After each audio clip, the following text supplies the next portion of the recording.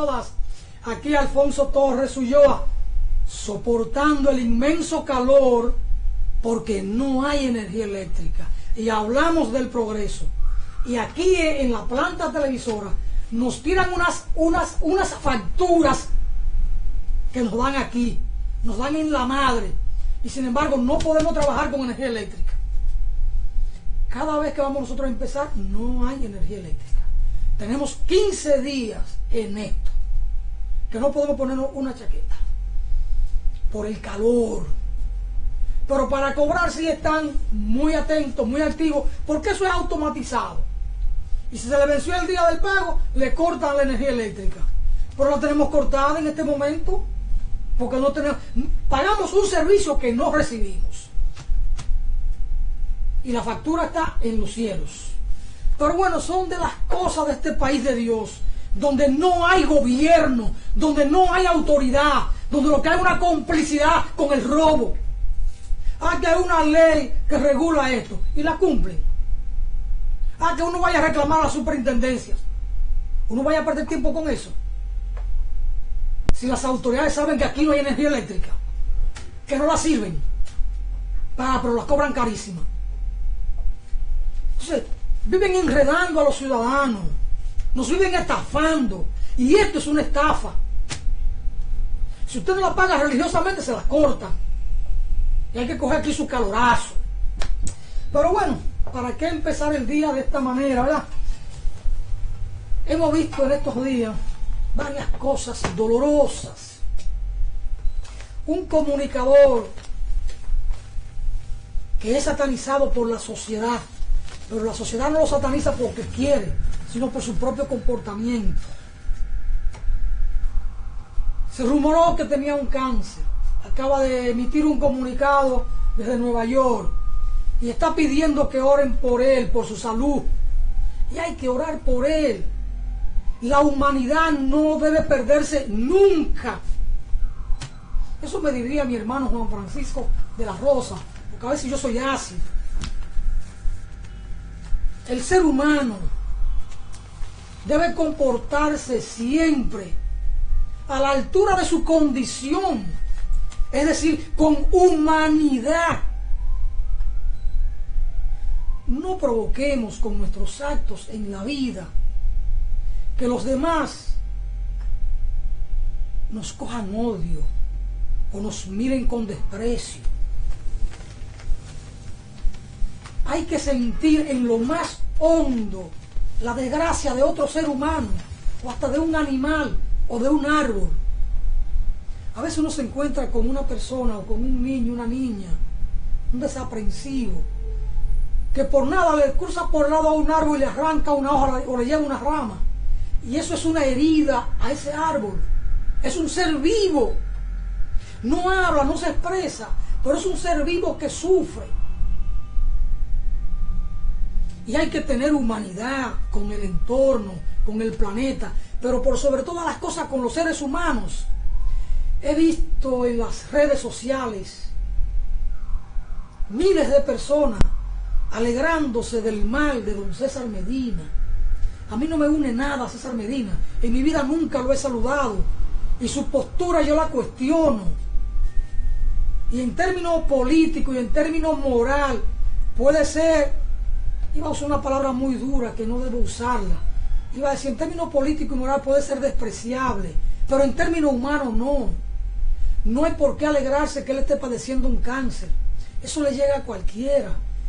Hay que tener humanidad, eso lo repito. Ojalá y pueda recuperar la salud, que allí en Nueva York donde lo están tratando pueda recuperar su salud. ¿Verdad? Y en las iglesias, en los templos, que oren por la salud de César Medina. Es una persona que se ha comprometido con lo peor en este país, pero ese es su derecho. Muchos dicen en las redes, es que la naturaleza cobra. Y es verdad, la naturaleza cobra. Esta tormenta, los huracanes, los aguaceros, las inundaciones, es la naturaleza cobrándole al hombre, al ser humano, a hombre, mujer, lo desaprensivo que somos frente a la naturaleza. Lo que está pasando en Estados Unidos, fuego, inundaciones, huracanes, es porque Estados Unidos se ha convertido en el país que más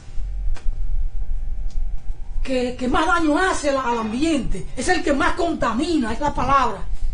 Es el Estado, es el país, es la nación que más contamina. Y sin embargo, no quiere asumir su responsabilidad. No quiere firmar, no quiere suscribir los acuerdos, las convenciones internacionales en materia ambiental. Porque no quiere sujetarse al cumplimiento de esas normas. No quiere disminuir la emisión de dióxido de carbono a la atmósfera, al ambiente. Porque todo es el dinero, es el capitalismo salvaje. Hay que acelerar los procesos industriales. Y hay que ganar más, ganar más. Y la vida en el planeta, ¿a quién se la vamos a dejar?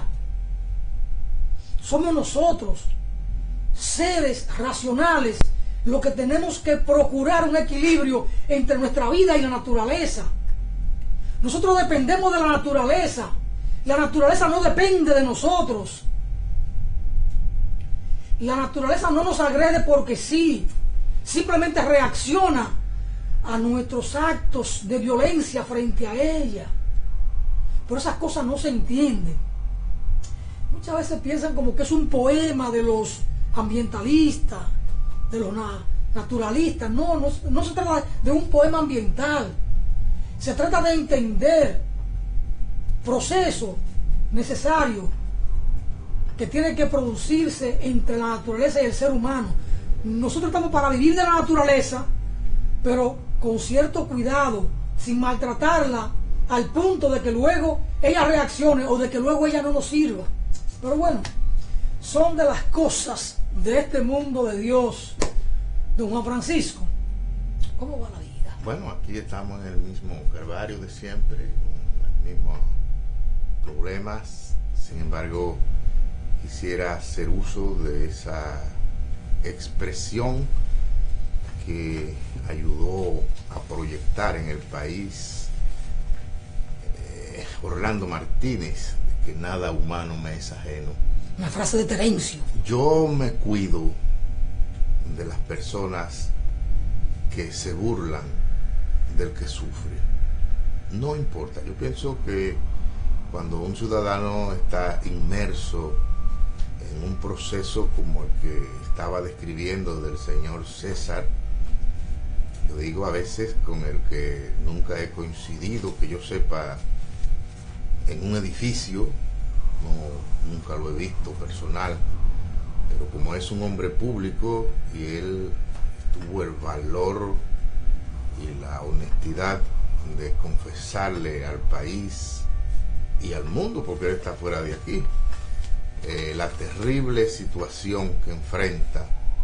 Entonces, que haya una persona que aproveche precisamente ese momento para destacar cualidades que no van ahora, me parece que eso solamente puede ser posible si se aloja dentro de lo peor de la especie humana.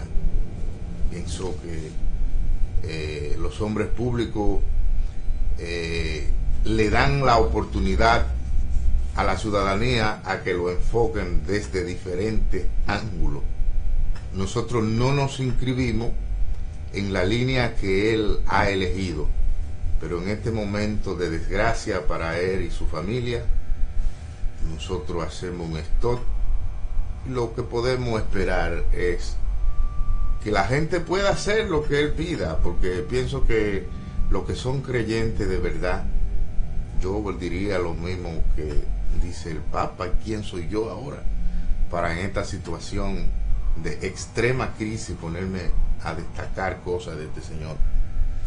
Lo importante de esto es llegar a una conclusión, no, a una reflexión.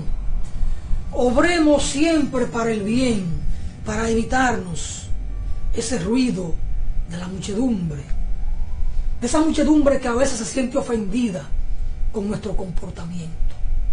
Obremos siempre para el bien, como obra el maestro Rafael Nino Félix, quien acaba de publicar su penúltima obra, Y digo penúltima obra porque usted puede decirme, es la última. Recuerde que don Carlos Lebrón Saviñón decía, la última está por escribirse.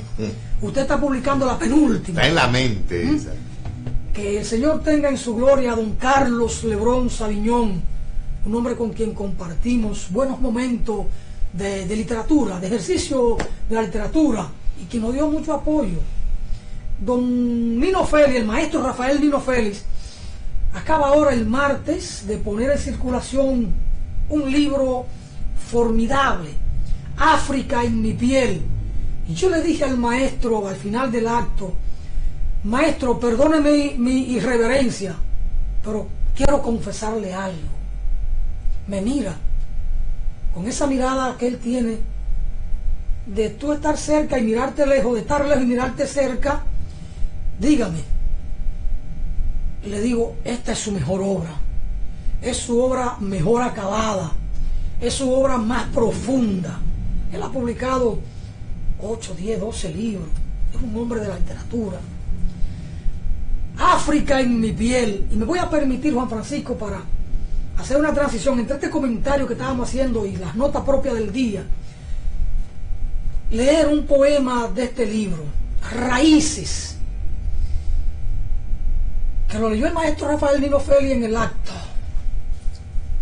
¿Quién dijo que no somos una voz que crece en el rocío? ¿Quién dice que no escucha una voz que dice, oh, hijo mío? ¿Quién dice que no llevo en la piel a África lejana un sueño de un esclavo que no tuvo mañana? ¿Quién niega que nací en el batel central? Recuerdo de un esclavo, mi identidad total. ¿Quién dice que no llevo la dulce caña, la vida que se quiebra en el cañaveral? ¿Quién dice papabón, al que todos recuerdan en este matorral, más allá de la vida, suma de muchas cosas bajo este manantial? ¿Quién dice que no soy la suma de todo este? ¿Quién dice que no soy la suma de este todo? Sangre, raíz e historia en mi vida ancestral. Este hombre que muere en su lucha barrial. Es un poema con el que el maestro Rafael Nino Félix va a sus raíces. Él se siente negro, se siente mulato, se siente África, no esconde sus raíces. Después del acto, vaya acá, señor director, después del acto, yo conversaba un rato allí con Dagoberto Tejeda y le decía, Dagoberto, para mí esta es la obra mejor acabada del maestro, y es una obra desafiante. Me decía Dagoberto, Nino es un hombre valiente, porque aquí los negros quieren ser blancos y rescatar sus raíces, sus ancestros, desde una posición como la que tiene el maestro, en una sociedad como la nuestra, con grandes tintes de racismo, es un acto de valentía. Pero es un acto, digo yo, de fortaleza espiritual, de fortaleza identitaria. Y el maestro, en su intervención, hablaba de su primera hija, de Paola, que ha estado muchas veces con nosotros. Cómo ella, siendo niña, asumía su identidad. Entonces, es una obra sumamente interesante. Yo no tengo todavía el libro en la mano, lo tengo digital, creo que se lo envié digital a usted. Hay un poema en el que Nino Félix recoge lo que significó para aquellos africanos, aquellos seres humanos que desde África llegaron a esta tierra nuestra por la vía marítima, no como esclavos. Entonces, él va describiendo en ese tono poético lo que significó esa travesía para aquellos seres humanos, y lo describe así en 4 versos. Lo titula Travesía. Travesía. Antes del crimen estuvo la muerte, como minúscula partícula de tragedia en el archipiélago de Madeira. Más tarde, las Azores, la isla de Cabo Verde, corrió la misma suerte La desembocadura del Congo fue un solo grito de espanto y dolor. Así fueron ocurriendo partículas de muerte en todo el trayecto. Al filo de la noche, antes de la travesía a nuestro continente, unos años después, cayó el Cabo de Buena Esperanza. Luego, todo fue antinomia del hombre. No hubo nada bueno ni esperanza. Ve a la espalda de ese abuelo que te mira y reclama. Eso es conmovedor. Y aunque no es poesía lo que vamos a decir, porque el libro comienza con su título siendo puramente poesía. África en mi piel. Lo que se lamenta es que en su entorno laboral a Nino Félix le haya tocado, porque los hombres no se pueden analizar sino correspondiendo con su época, en medio de rufianes. Ese es el hombre que tiene el proyecto más claro en favor de la institución para la que trabaja mucha gente y cobran mucho sin trabajar, cosa que lo doblega a él, porque es un hombre de una fortaleza ideológica y moral. Aquí lo hemos tenido varias veces en este programa, pero es un hombre que por valor no sale huyendo del entorno al que pertenece, pero hay pocas cosas que buscar en el orden puramente. Claro, la institución que nos formó sigue siendo la gran casa nacional, pero caramba, si ese hombre pudiera de un plumazo cambiar toda la vagabundería que hay allí. El maestro Rafael Nino Félix es la última esperanza que tiene la Universidad Autónoma de Santo Domingo. La última esperanza. Allá ellos sí la quieren aprovechar. Ojalá y que los guasdianos no desperdicien esa oportunidad, porque si la desperdician se van a constituir en su propio sepulturero. En el año 2011, un académico de mucho prestigio, coincidimos allí en Raíces, un lugar vegetariano de los adventistas, ahí en la zona universitaria, y nos sentamos juntos a almorzar, y me dijo: Nino Félix está diciendo verdades, está poniendo el dedo sobre la llaga, yo suscribo todo lo que él dice, pero no son apropiadas esas propuestas en el marco electoral en que se desenvuelve el escenario universitario. Digo, pero usted me dice, maestro, que son verdades y que usted las suscribe y no se corresponden con el contexto electoral de la universidad. Me digo, es que no hay que desconocer la realidad que tenemos allí. Los que votan, maestros y empleados, y en menor medida estudiantes, lo que quieren cada uno es una tajada del pastel. Maestros que quieren que lo jubilen y que al mismo tiempo lo contraten para seguir allí cobrando. Empleados que lo que quieren es que le aumenten el salario y que además le den una compensación. Una compensación es un dinero extra que se le paga para que trabajen 2 o 3 horas más, que al final siguen trabajando el mismo horario. Por debajo de la mesa le dice el pueblo a eso. Y entonces yo le dije, bueno, yo no soy el maestro Rafael Nino Félix, pero yo estoy de acuerdo con la verticalidad del maestro, aunque eso le cueste voto y aunque eso lo lleve a no ganar un proceso electoral. Me dijo, no es el camino. Le respondí, entonces el camino es la demagogia electoral para llegar. Es despersonalizarse, es abandonar el discurso ético. Luego le comenté al maestro aquella conversación y lo que yo le respondí, y el maestro me dijo, siga hablando en mi nombre, que es así. Yo no cambio mi discurso ni mi manera de pensar en aras de conseguir votos. Los que entiendan que somos el camino, que nos respalden. Nosotros no somos la UAS, me dijo, pero estamos en el camino correcto para su defensa, y la historia sabrá juzgar a cada quien. Y yo, con el maestro Rafael Nino Félix, recorro todos los caminos de esta patria y me siento seguro y confiado. porque es un hombre de la patria.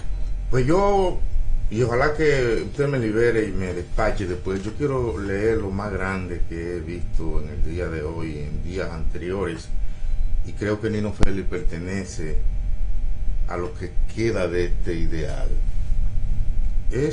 Está en el artículo de la fecha de Andrés L. Mateo.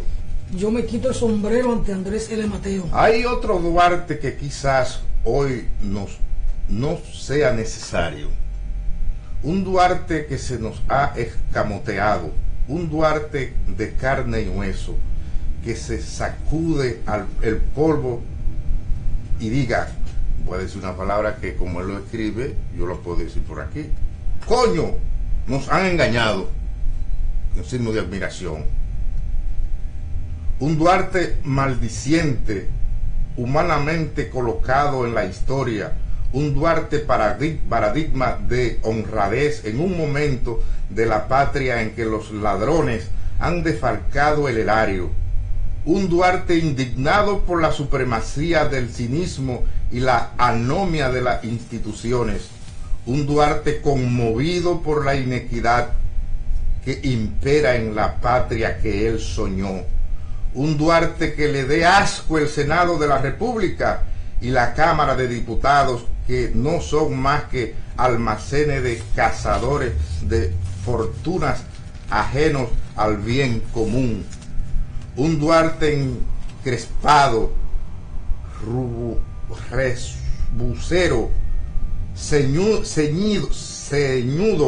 ante el espectáculo deprimente en que han convertido el país por el cual él se desolló el pellejo, un Duarte marmoreo con cojones de plomo ante la infamia.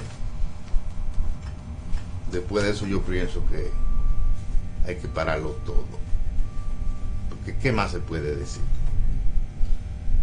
Eso es correcto.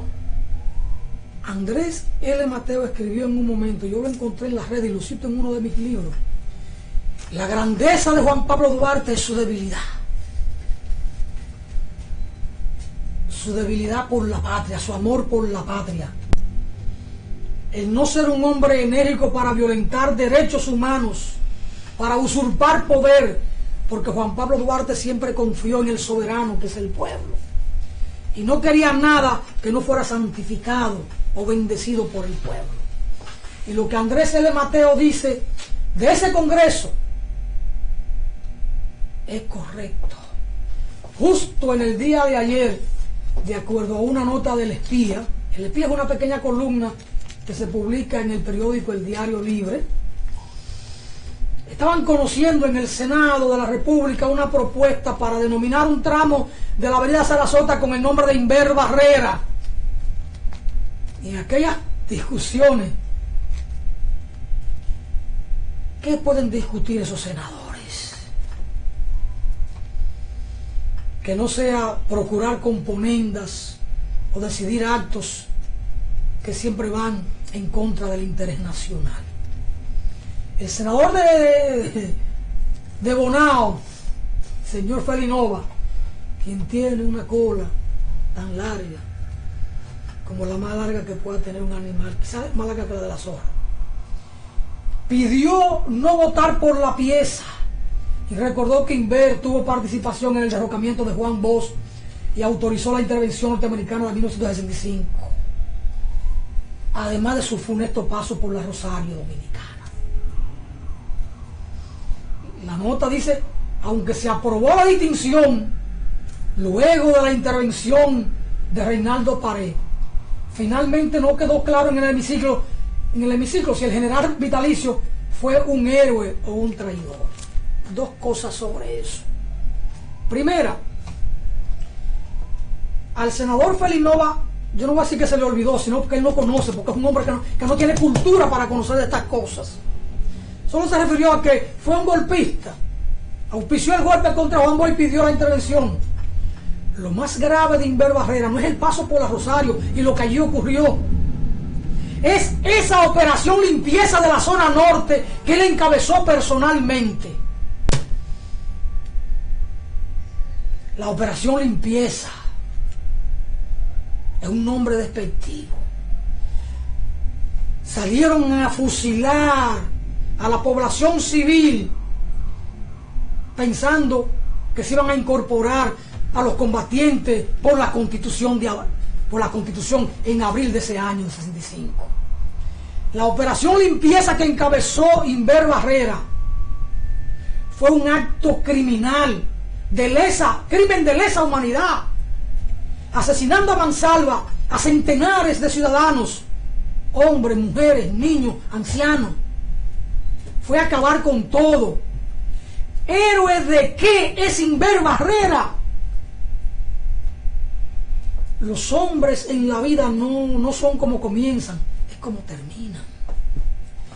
Y si Inver Barrera y los demás actuaron frente al tirano, finalmente, es porque la mala leche o los actos criminales y vandálicos del tirano le llegó a los pies, le llegó a su casa, le llegó a su familia, y actuaron en venganza.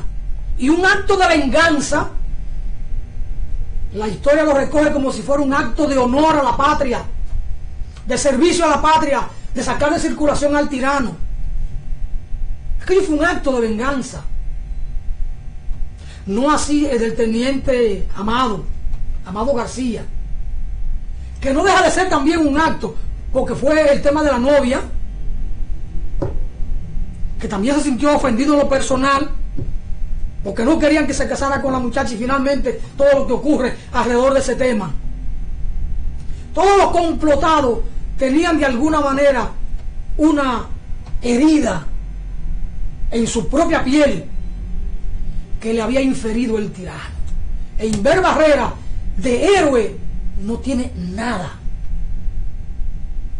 De héroe no tiene nada. Y esa operación limpieza en la zona norte se le carga por completo a Inver Barrera. Esas cosas no las discutieron en el Senado. Y van a designar un tramo de la avenida Sarasota con el nombre de Inver Barrera.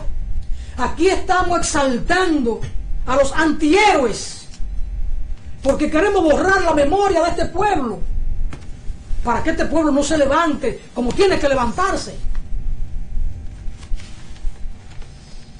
Entonces yo estoy de acuerdo con lo que dice ahí Andrés L. Mateo, quizá la pluma más brillante que tenga la República hoy, brillante y comprometida, yo creo, con un ejercicio ético, con un ejercicio moral de la vida pública. Yo creo que la más valiente después de la de Jiménez Grullón,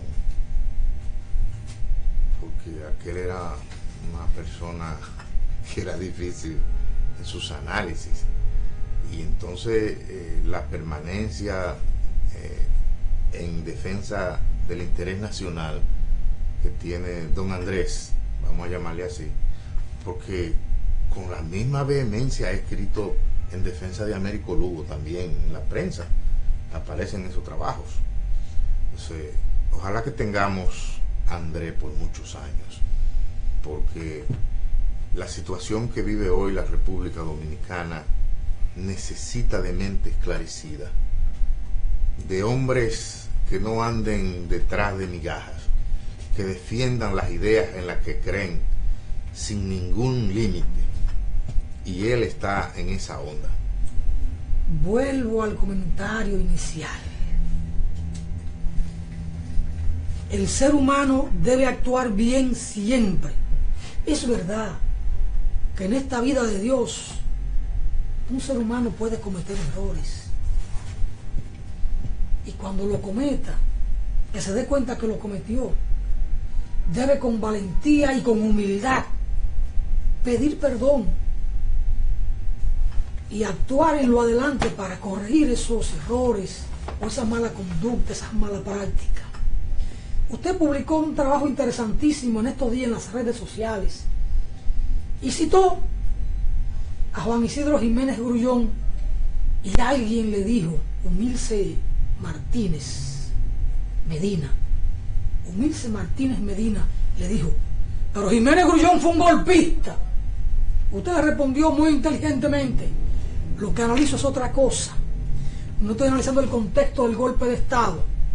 Jiménez Grullón, un hombre que yo admiro, pero tuvo ese momento trágico en su vida por resentimiento frente al profesor Juan Bosch. Así es. Hay quienes dicen, los que lo conocieron en Cuba, que eran resentimientos de falda. Caribeña. De faldas caribeñas, de faldas antillanas en la Antilla Mayor. Así es. Y también en una de las Antillas Menores en Puerto Rico, tienen su espinita clavada con Jiménez Grullón. La feminista de allá. Por su comportamiento frente a la que fue su novia, su compañera, la gran Julia de Burgos. Lo que parece que Juan Isidro se la quitó a Juan. No, Julia de Burgos no, fue lo otro. No, fue un pleito de Juanes. El que sabe bien es Eleodoro. No, su compueblano. No, fue Juan el Mayor, el profesor, que le quitó. Ángel Miolano, que lo explica en uno de sus libros. Pleito entre Juanes. Exactamente. Ya terminándose, yo quisiera decir muy breve también algo. ¿Quién fue que presentó la moción para honrar a Jiménez Barrera? Ajá. El periódico no lo dice. A raíz de la propuesta de nombrar con el nombre de Inver Barrera un tramo de la avenida Sarasota, al extinto héroe le sacaba otro trapito al sol. El senador Felinova, lo que yo comenté, pero no dice quién es aquí, quién es el autor de la empresa. Claro, Reinaldo Pared allí es el líder del partido en el hemiciclo, porque es el dirigente del partido oficial de más jerarquía en el Senado. Entonces él traza la pauta. Pero Reinaldo Pared, él corrigió eso una vez en clase porque le decían Paredes. A él le Pared. No se conoce en el país, aunque tiene mucho vuelo en el área de la historia, aunque sea contemporánea, porque el general Barrera dio demostración durante su vida pública de que él tampoco tenía noción de lo que era la historia.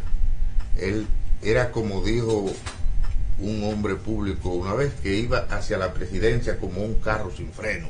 Él se comportaba así porque él encabezó un gobiernito títere en el 65. Y entonces, ¿cómo es posible que cuando el país está ocupado por botas extranjeras, usted que es él mismo no cuidó su nombre? Porque el propio Duarte lo dijo: hay de aquello que tendrán que verse ante el tribunal de la historia, porque es que es el tribunal más rígido, porque la historia viene ya cuando no hay quien nos pueda defender. Fíjese cómo se ha avispado el país porque se le tocó la figura inmaculada de Juan Pablo Duarte. ¿Cuántos artículos han surgido? ¿Cuántas voces? Entonces, cierto que el general, en un momento determinado, por la razón que fuese, coincidió con la voluntad general del pueblo dominicano, que era salir de Rafael Leónidas Trujillo, pero lo de héroe nacional está pendiente todavía. Salimos físicamente de Trujillo, pero Trujillo porque él después Nacional. se alió a lo de esa corriente, claro, trujillista. Él nunca salió de ahí. Trujillo aún vive en el Palacio Nacional y en la cultura política dominicana. Pero que él no estuvo ausente del conglomerado social. Porque esa era su ideología. Ese era su espacio. Sí. Ese era su espacio natural. Por eso le digo, todo fue una cuestión de rencilla personal, de resentimiento, de venganza personal. Pero en ese momento esa venganza personal le dio resultado al país, porque era lo que queríamos. Sí. Pero de ahí a que andemos con el general en la cabeza. Pero cuando usted mira en el tiempo, Trujillo sigue vivo en la cultura política dominicana.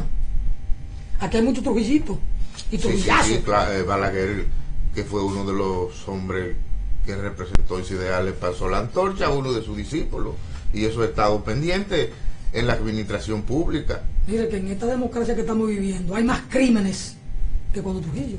Aquellos eran crímenes selectivos. Sí, porque Trujillo solamente perseguía a los que no estaban de acuerdo con él, pero después sus amigos podían dormir en la calle. Y el único ladrón era él. Correcto. Él era el único ladrón, el único perverso, el que se quería tener para sí todas las muchachas. Era el dueño del país.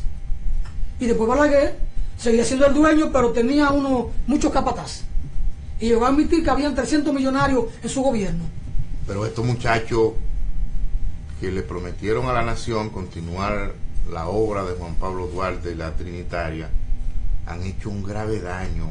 ¿Son traidores entonces? Al erario. ¿Son traidores entonces? Un grave daño. Y eso es lo que dice el profesor Andrés en ese artículo de hoy, que se le salió un San Antonio ahí que es justificado porque estos organismos, estos poderes del Estado no funcionan a favor de la colectividad, desgraciadamente. Hay que admitirlo y decirlo como uno lo siente y lo piensa y lo ve, porque eso se reproduce. Esa falta de gerencia en la nación dominicana da un resultado hasta en el tránsito. Yo ayer presencié una escena terrible. Una guagua del transporte rojo se fue, una guagua del transporte público en la 27 con Gómez, se fue en luz roja y tuvo a llevar su motorista. Y el AME estaba ahí y no lo paró. Yo le he dicho a usted que los agentes de la AME le tienen miedo a los choferes de guagua y a los de concho. A los choferes de Ubiere y del otro que habla cibaeño, ¿cómo es? Antonio. Ah, sí, Antonio Marte, le tienen miedo.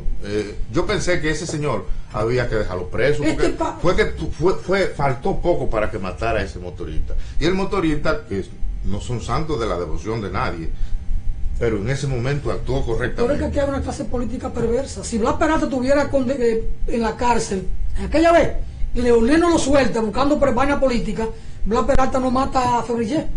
Pero ya él puso... Es una perversidad política. Ya él puso fecha para cuando él va a salir de la cárcel. Y va a salir de la cárcel. Claro que sí. Mire, aquí los choferes del concho, en guagua, en carrito, hacen lo que le da, iba a decir su maldita gana, pero no debo decir eso por aquí. Y los AME están ahí y no dicen nada. La calle Santiago y en Gascue la han tomado como una ruta de concho delante de los AME y no hacen nada. No dicen nada. Sí, lo ven normal. Yo pienso que hasta por legítima defensa ustedes que van a matar a una gente, porque fue que faltó poco para que ese tipo lo matara. Pero no ve que ayer 2 choferes ahí en la Churchill se fueron a una riña con arma blanca y uno le mochó una mano al otro, a lo mejor por un pasajero. Choferes del mismo sindicato, de la misma ruta. Es una sociedad que está cargada de violencia. La violencia empieza arriba. Lo que yo le decía esta mañana a los muchachos de aquí cuando llegué, que me pusieron un tema ahí de la delincuencia, la corrupción. Digo, no, es que la corrupción de abajo la engendra la de arriba, porque los de abajo no encuentran posibilidad de vida, no hay trabajo, no pueden estudiar y ven los de arriba robando y generales metidos en el narcotráfico y ningún general cae por narcotráfico. A lo sumo un coronel o un coronelito. Pero eso lo que hace es que estimule el delito. Entonces eso lleva en los barrios marginados, donde la gente vive hacinado, mucho calor, no hay luz, no hay agua, no hay trabajo, ¿a qué? A la desesperación. Y echan el San Antonio que echó ahí Andrés L. Mateo y lo dicen. Si aquellos pueden hacerlo, yo ¿por qué no puedo defender? Yo también. Entonces, la delincuencia callejera es producto de la delincuencia palaciega, ministeriales y en los palacios de las Fuerzas Armadas, la Policía Nacional, todo eso. Eso está justificado, sí. Entonces, coño, ¿qué usted quiere que hagan esos muchachos que no han tenido oportunidad de estudiar o de conseguir un trabajo? ¿O qué quieren? Que los deportados de Estados Unidos, que ya son como 24,000, vengan a trabajar aquí por 5,000 pesos, por 8,000 pesos, que son $140. Unos muchachos que tuvieron allí 10, 15, 20 años, manejando mucho verde, usted le va a pedir que vivan en este país con 8,000 pesos. Mira, que no llega a $200. ¿A qué vienen? Si hicieron un PhD, un doctorado en el crimen organizado, vienen a delinquir, y a partir de que vienen las deportaciones, aquí empezamos a ver crímenes, delitos, secuestros, actos violentos que no eran conocidos en el país. Mire, hermano, nos estamos robando el tiempo de la señorita Severino, pero anoche nosotros siempre escuchamos a doña Milagro porque es una reserva ética del país. Ella estaba con este sociólogo apellido Mercedes analizando un fenómeno. Por ejemplo, analizaban el sueldo, por ejemplo, de don Euclides Gutiérrez Félix, el del Banco Central y de Hacienda, y son sueldos que llegan casi al millón y pico de pesos. $1,5 millones. Y entonces ellos acotaban que ese tipo de comportamiento escandaliza a los de abajo, que no tienen para comer. el salario del gobernador del Banco Central triplica el salario del presidente de la República. No, que hay una gente que gana el sueldo mínimo, tiene que trabajar 30 años para conseguir lo que ellos... En un mes. Sí. El escándalo que hubo con el tema de César Medina, cuando estaba en España, o cuando estaba en Panamá Deje también, César ahora, que ganaba $40,000 y seguro que ese salario no se lo han bajado todavía. No, porque eso fue lo que creó indignación. Además, Sí. todas las cosas que decía. Pero yo voy a ser el abogado del hombre aquel a favor de César. Vamos a dejar a César. Pero yo pedí que el pueblo ore por él, porque hay que tener humanidad. Sí, correcto. Pero a propósito del salario, César Medina gana más que lo que gana el presidente de Estados Unidos. Pues eso dijo muchas veces en este país de Dios. Que sí. Coño, pero que uno de los miembros del comité político que gana casi $1 millón. Pero lo que gana $1,5 millones, aparte de los viáticos, representación. Mira, hasta la despensa de su casa la llenan con los fondos de esas instituciones. Y entonces no quieren que uno se indigne. Hay que indignarse, Juan Francisco. Vámonos entonces a la pausa. Bueno, gracias. Recuerden que hoy es jueves y vamos a conversar aquí de los temas agropecuarios con nuestra reina Joemely Severino, que tiene a su cargo este segmento semanalmente aquí. Los temas agropecuarios. Vamos a la pausa. No se mueva de ahí.